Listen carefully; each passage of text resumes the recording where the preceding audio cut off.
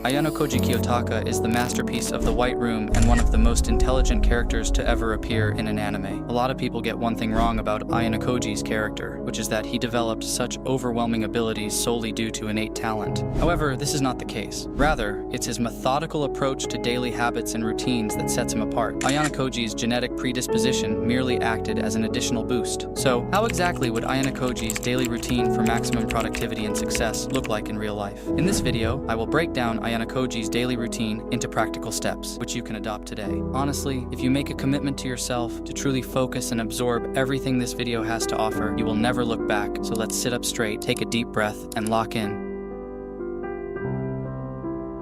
For the perfect morning routine, it is absolutely crucial that you get natural light in your eyes within 1 hour after waking up. Now listen carefully, as this will also increase your general level of education. Natural light in the morning is so important because of something known as the cortisol pulse. Once every 24 hours, you are going to get a big spike in cortisol, which sets your temperature rhythm, your level of alertness and focus, and your mood. You want that cortisol spike to happen as early in the day as possible, to feel motivated throughout the day, and to be able to fall asleep effortlessly in the evening, and that's where morning sunlight comes in the picture. Try to get at least 10 minutes of exposure, and if you wake up before the sun rises, bright lights will do the trick. While you get in your morning sunlight, you also have a good opportunity to drink water and take in electrolytes. This is such a simple but powerful habit that you should undoubtedly establish in your own routine. You already know that upon waking, your body is in a state of dehydration after hours of sleep. But did you know that just by drinking water on an empty stomach, you can increase your metabolic rate by 24%? By increasing your metabolic rate, you are digesting faster and therefore improving your digestive system. In fact, 500 milliliters of water immediately after waking up has even been proven to increase blood flow and make your skin glow while increasing production of new blood cells.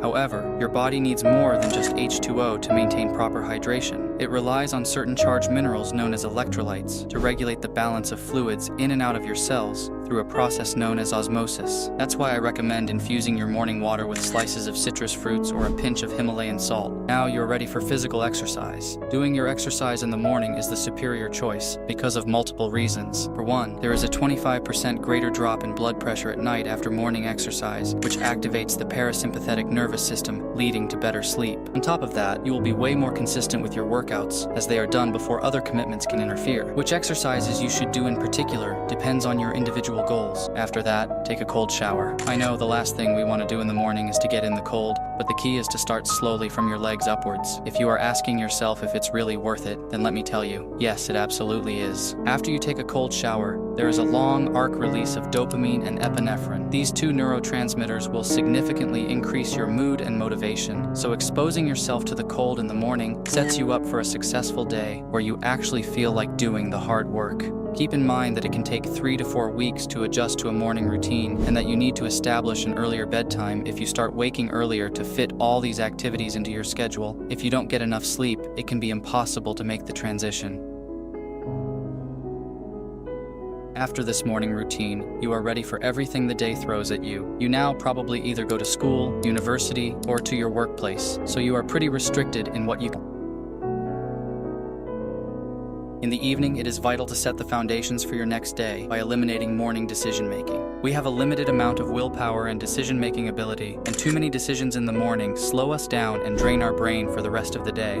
Concretely, that could mean to lay out your outfit for the next day and to pack your lunch in the evening. Next, if you feel like you're not getting tired, or if you have missed the cold shower in the morning, take a warm bath or shower. Warm baths, showers, or even saunas are beneficial because after the exposure, your body temperature falls below baseline to cool you off. This mimics the body's natural sleep cycle and signals to your brain that it's time to wind down and prepare for restorative sleep. Moreover, Ayanokoji would undoubtedly incorporate Yoga Nidra into his evening routine. Why? Because of Yoga Nidra's extremely potent ability to induce a state of deep relaxation, which has even been shown to enhance sleep efficiency and increase the duration of slow-wave sleep, which is essential for physical and mental rejuvenation. Also, avoid viewing bright lights, and especially bright overhead lights. Relying on desk lights in the evening will be beneficial for sleep. Additionally, get in evening sunlight. Just like in the morning, this serves as an anchor point for your inner clock. If you are asking yourself how our brain can differentiate between morning and evening sunlight, it turns out that it has to do with the particular wavelengths of light that are present in morning versus evening. While we are at lights, when it is time to go to bed, you should keep your room as dark as possible. If you can't get your room completely dark, eye masks have been shown to be beneficial.